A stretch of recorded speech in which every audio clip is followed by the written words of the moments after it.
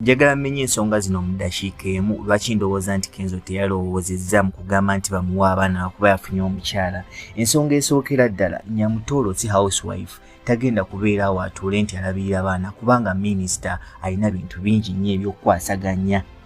Ensonga ey'okubiri, oyinza okugamba nti afune babysitter, ne waba afunye babysitter abaana ab'emyaka egyo ng'ate bawala baba beetaaga maama waabwe.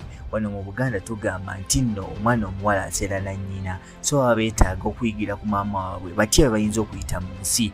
Ensonga ey'okusatu, kituufu bwe bagenda mu kkooti abaana bayinza okulondawo okubeera ne taata kubanga babadde bamumiisinga era ebiseera bitono bye babadde nga naye bibadde nga biseera bya ssanyu, naye njagala ojjukire nti singa ekyo tekibeerawo obutakkaanya buba bugenda kubeerawo wakati wa Kenzo ne Rema era abaana abo baba bagenda kubagaana okugendayo paka nga bawezezza emyaka 18. So it's better ekigenda maaso nga weekiri nti nagenda n'alaba ku baana be batuyita bagina